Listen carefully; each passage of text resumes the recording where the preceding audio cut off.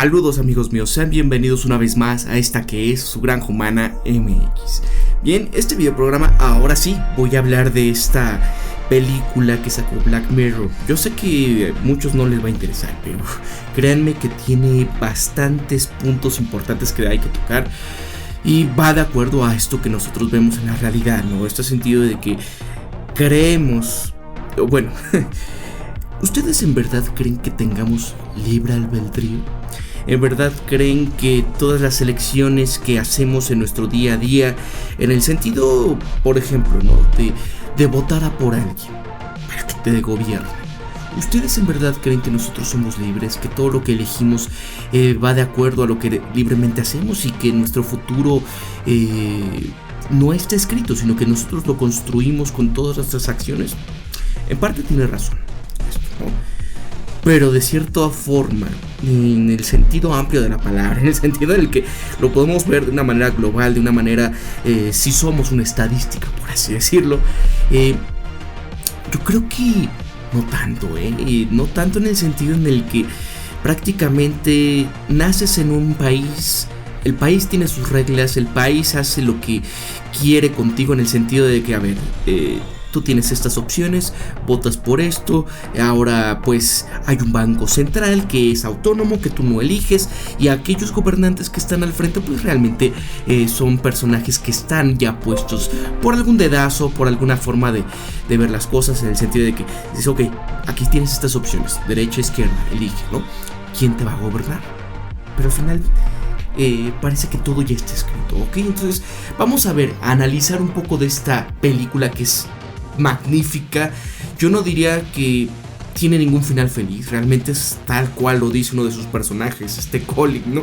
Que no es algo feliz, en referencia al videojuego de Pac-Man. Pero vamos a ir paso por paso, porque miren, esta película es una de las primeras películas interactivas que existen, y la primera de Netflix, en el sentido en el que tú vas como si fuera un videojuego, prácticamente es un videojuego, pero ya en un sentido en el que tú vas a ver una película y tú vas a ir influyendo sobre los destinos que van tomando todas estas acciones de lo que va pasando en la película.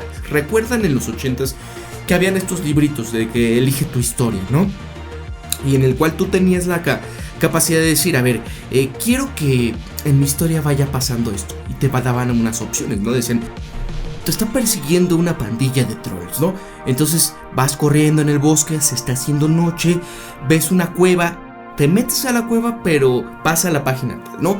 O continúas corriendo por el camino que poco a poco ves que se está, pues, haciendo completamente oscuro. Pasa a la página tal. Entonces en esas opciones tú ya ibas eligiendo, y en cada una pues estaba teniendo sus propios problemas, sus propios finales que eran anticipados y demás, ¿no? Bueno, prácticamente es lo mismo en esta película.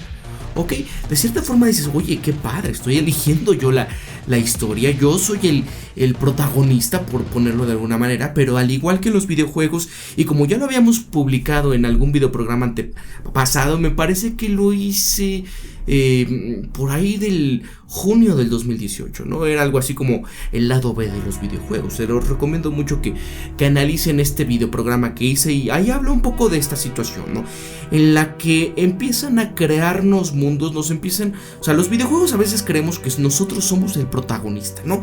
Pero no es tanto así, no es un sentido en el que nosotros seamos creadores de juegos, creadores de mundos, sino que simplemente somos jugadores de mundos previamente hechos, previamente codificados, previamente puestos con ciertas reglas y normas de alguna empresa, ¿no?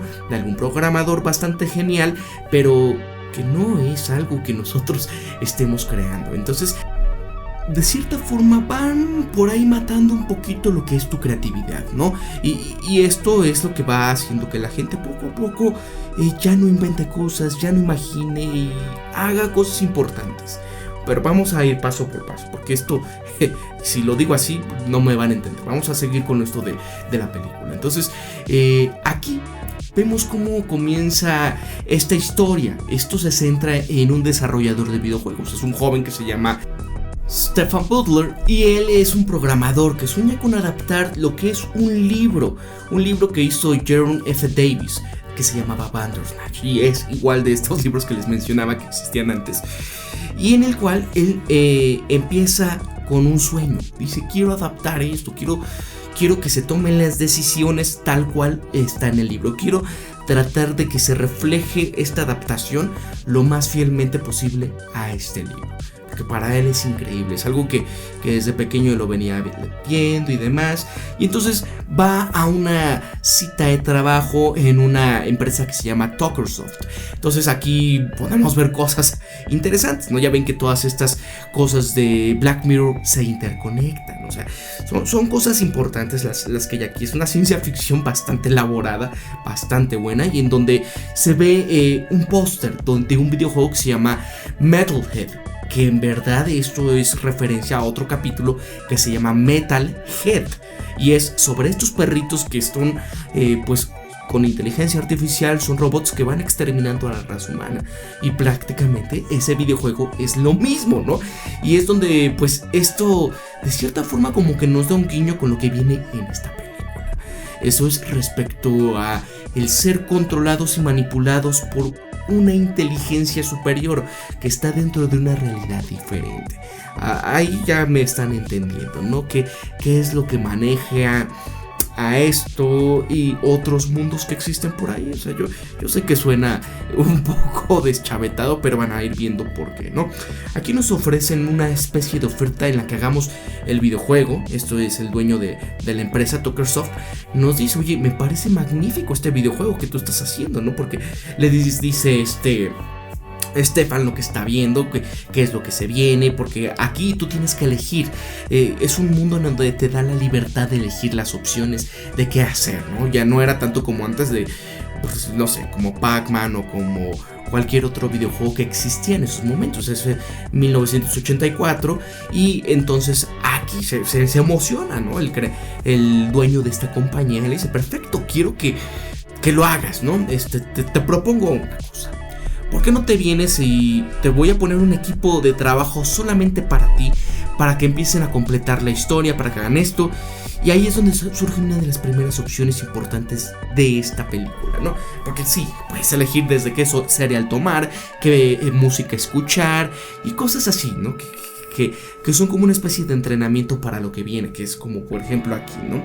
Y aquí es donde te da una opción en la cual obviamente todo mundo yo creo que cae, ¿no? Que dices: sí quiero, ¿no? O sea, ¿a quién no le encantaría hacer sus propias cosas?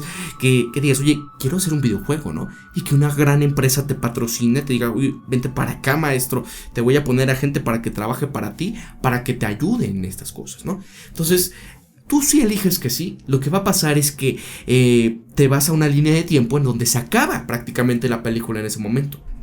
Y esto se acaba porque prácticamente nos dice, ¿no? Así, al final sale el crítico de videojuegos, un chavito ahí que está dando la crítica, y dice: pésima película, pésimo videojuego, terrible, no, ni se atrevan a jugarlo. Y esto es porque Stefan no tuvo realmente la libertad de acción, la libertad de hacerlo como él quería, como debería de haber sido, su propia esencia, ¿no? Recordemos que él estaba, pues, prácticamente ido por este libro que le había leído, el Bandersnatch, y él quería reflejarlo lo más puro posible, pero con otras personas obviamente no iba a poder, ¿no? Entonces aquí es donde nos empiezan a dar este sentido, o nos empiezan a reflejar en el que sigue el camino que nosotros te mostramos, ¿no?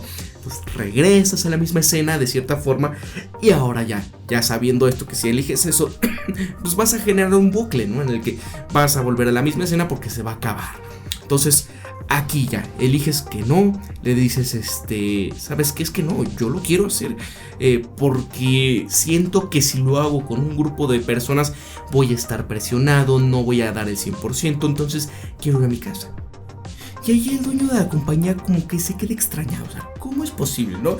Que tú lo quieras hacer solo, ¿no? Y bueno, ahí, ya para no hacerles el cuento largo, porque no les voy a contar totalmente la historia, sino quiero que ustedes la vean y elijan sus propias acciones. Pero a lo que voy, y el sentido de este videoprograma es esto, que te vas dando cuenta poco a poco cómo las decisiones ya están tomadas dentro de esta película, pero que poco a poco te vas dando cuenta que se asemeja un poco a la realidad, ¿no?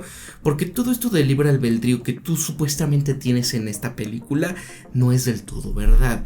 Porque conforme va pasando el tiempo te vas dando cuenta que varias cuestiones como estas, donde tienes que regresar, ¿no?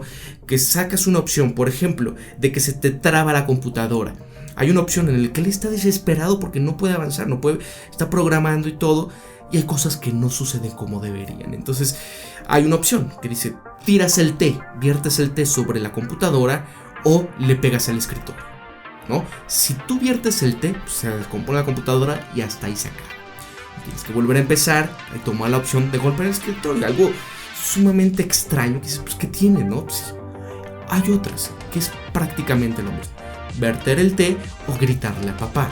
Si viertes el té se descompone todo, otra vez gritarle a papá y ya, bueno, total es que van pasando cosas extrañas, cosas en las que te vas dando cuenta que estás atrapado dentro de esta película, dentro de las opciones que te van dando, sino que no eres tan libre.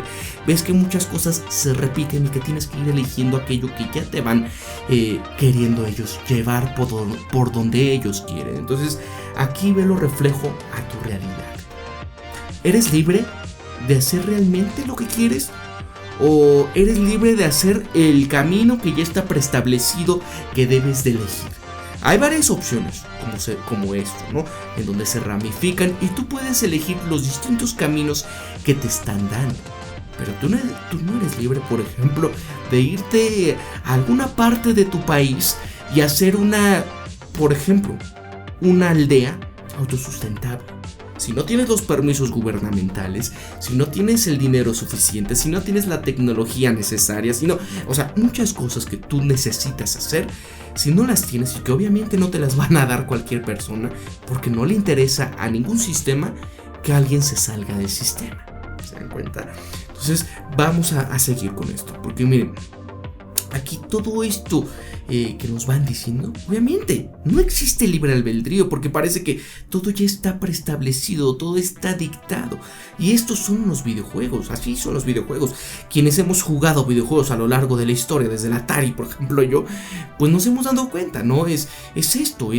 Son mundos que ya están prefabricados y en donde tú puedes jugar y entretenerte, pero no es algo donde tú empieces a crear o imaginar nuevas cosas. O sea, hay muy pocos videojuegos de ese sentido, ¿no? Por ejemplo, hay uno que se llama Minecraft, en donde tú sí es libre juego, puedes construir y demás, pero la gran cantidad de los demás videojuegos, tú estás dentro de un universo ya con sus propias reglas, ¿ok?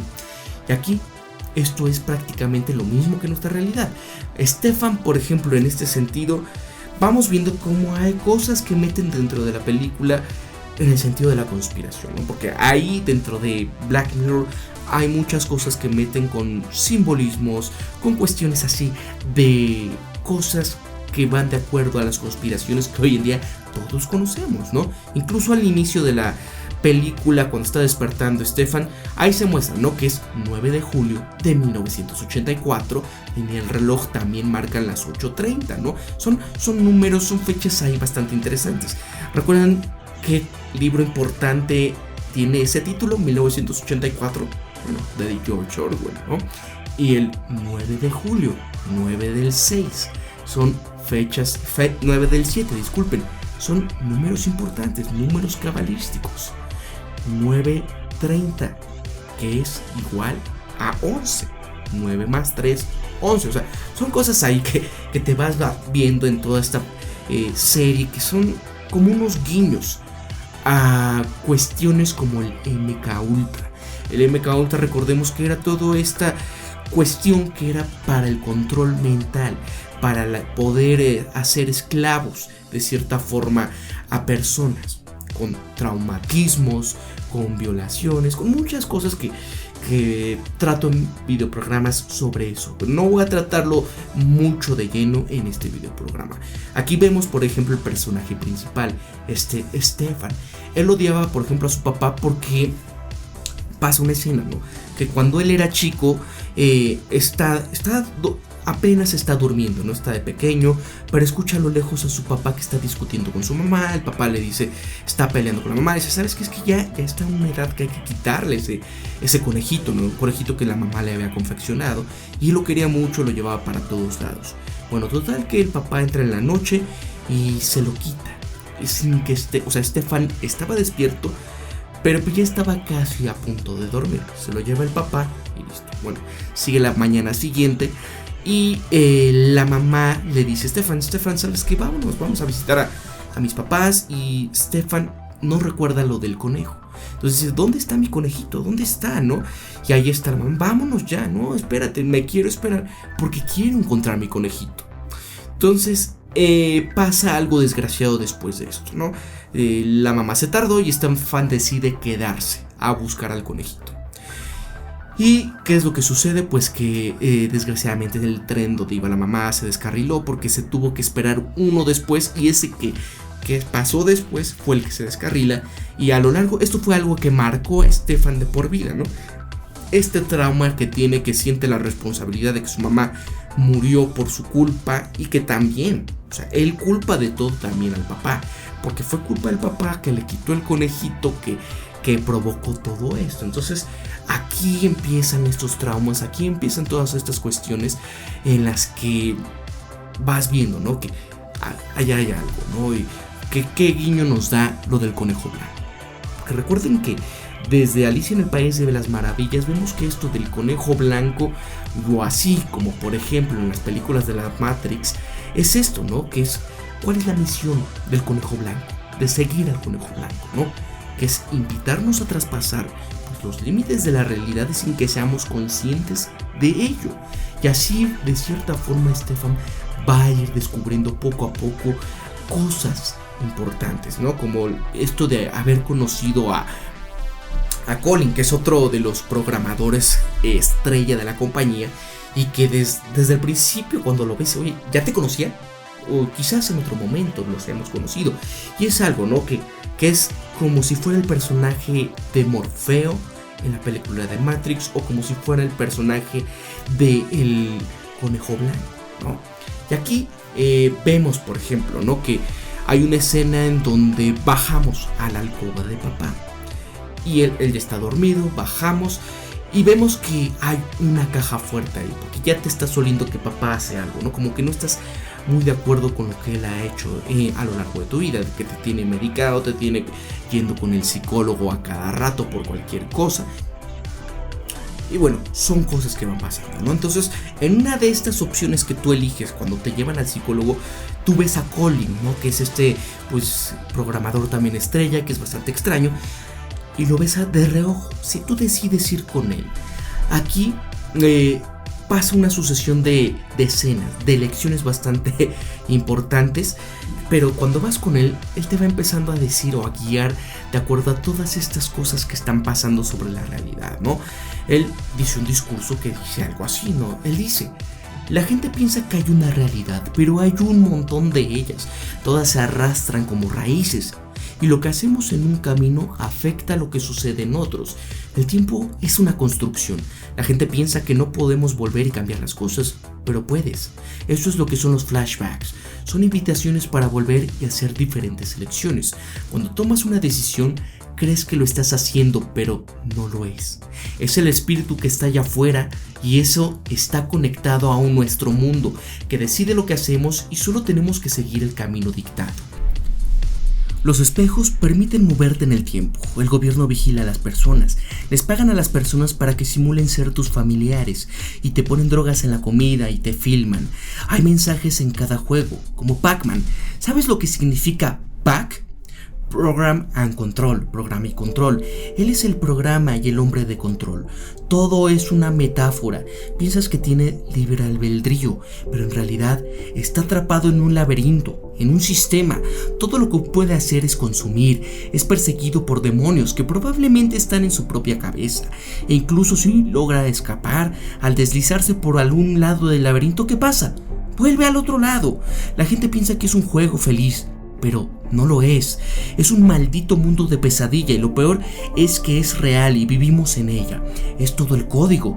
Si escuchas atentamente, puedes escuchar los números. Hay un diagrama de flujo cósmico que dicta dónde puedes y a dónde no puedes ir. Te he dado el conocimiento, te he liberado. ¿Lo entiendes? Y bueno, aquí entran dos opciones, ¿no? Primeramente, todo lo que él está diciendo es absolutamente todo lo que le está pasando, ¿no? Porque aquel espíritu que él menciona que está controlando los caminos o está dictando todo esto, eres tú el espectador. Aquellas cuestiones como lo que es el mundo de Pac-Man es una alegoría de lo que está pasando en su mundo, porque piensa o cree que todo lo que él vive es la realidad que todos conocemos con nuestra realidad, ¿no? Una realidad en la que tú puedes hacer y deshacer, pero que todo está previamente puesto ahí. Solo lo único que puede hacer es, dentro de ese sistema, que es consumir. Cree a veces que te sales por un camino, pero sales por el otro lado del mismo sistema. Crees que te fuiste del país para irte a otro mejor, pero obviamente solamente saliste de un lado de ese laberinto para irte a otro. ¿Y qué hacer? Consumir, donde están estos fantasmitas persiguiéndote. ¿Qué son estos fantasmitas, no? Pues los peligros de nuestro mundo moderno, los peligros que encarnan pues el vivir en la realidad, la gente misma, el mismo sistema, ¿no? ¿Cómo le podemos decir? Asimetrías del mismo sistema y las fallas de mercado que pueden derivarse en violencia, etcétera, etcétera, etcétera. Entonces, aquí este guiño que nos hace es, por un lado, y te sientes bastante incómodo en esa escena, ¿eh? Yo cuando lo estaba viendo, sí me quedé impactado porque prácticamente todo ese discurso lo sientes, ¿no? O sea, llega un momento en la escena, porque ya llevaba ahí como una hora más o menos ya en esto, investigando líneas de tiempo y demás, y cuando llegué a esa parte, sí es fuerte.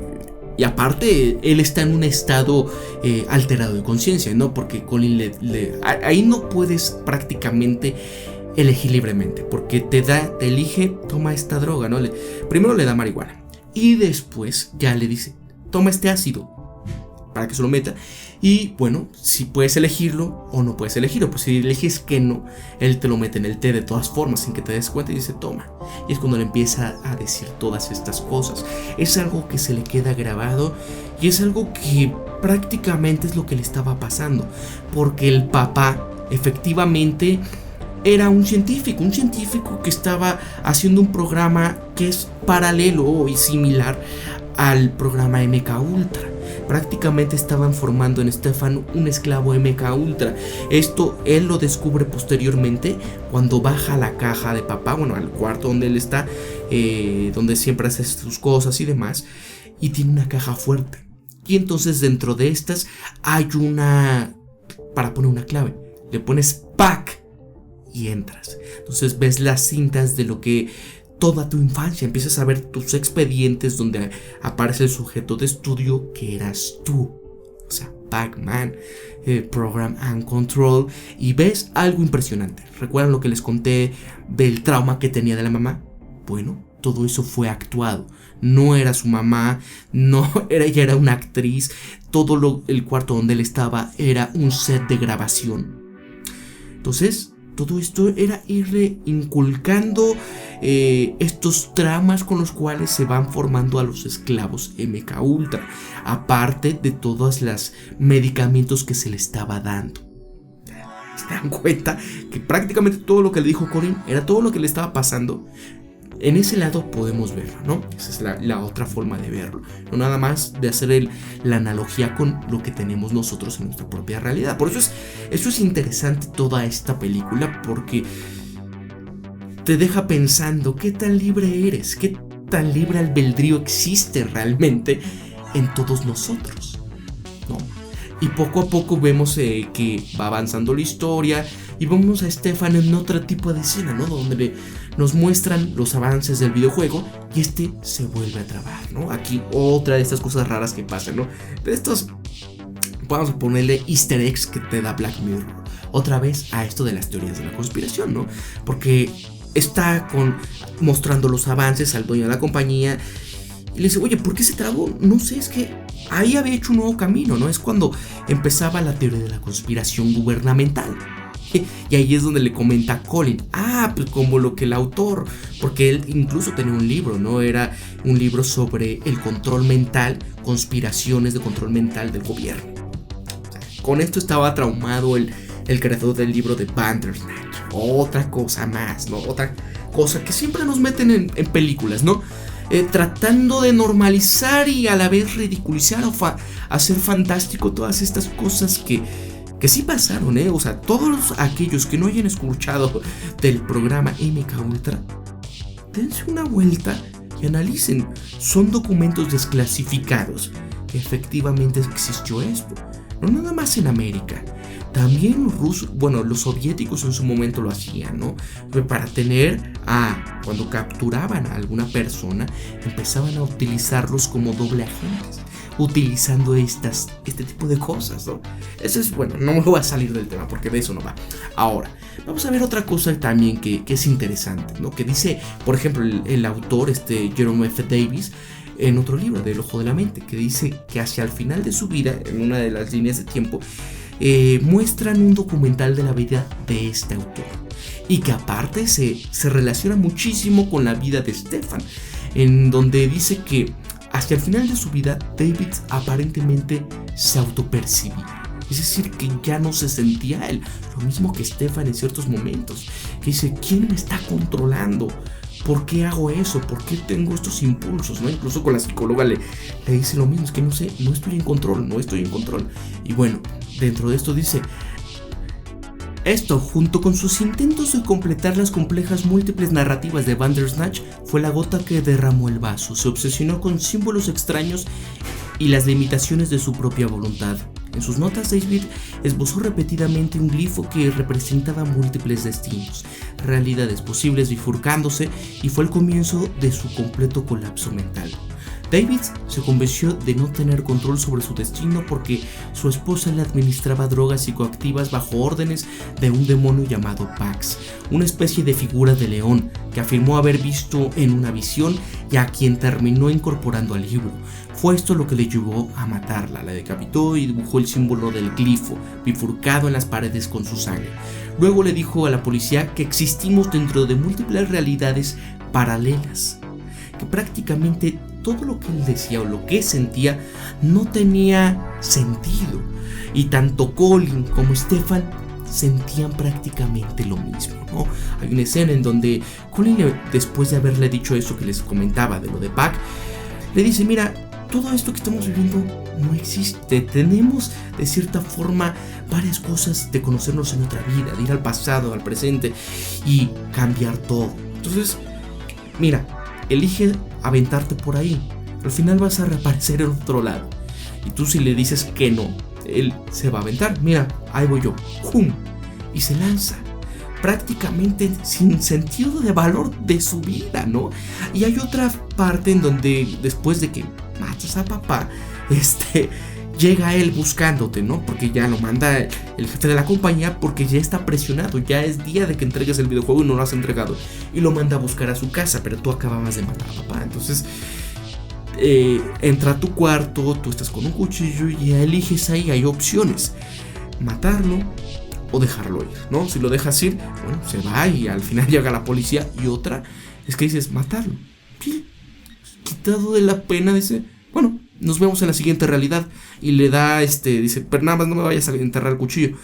Agarra una figurilla y dice, toma, con esto dame en la cabeza. Ya se agacha y se pone así, prácticamente como si nada de lo que viviésemos tuviera sentido, porque todo está prácticamente como lo decía Jerome F. Davis, que existimos dentro de múltiples realidades paralelas.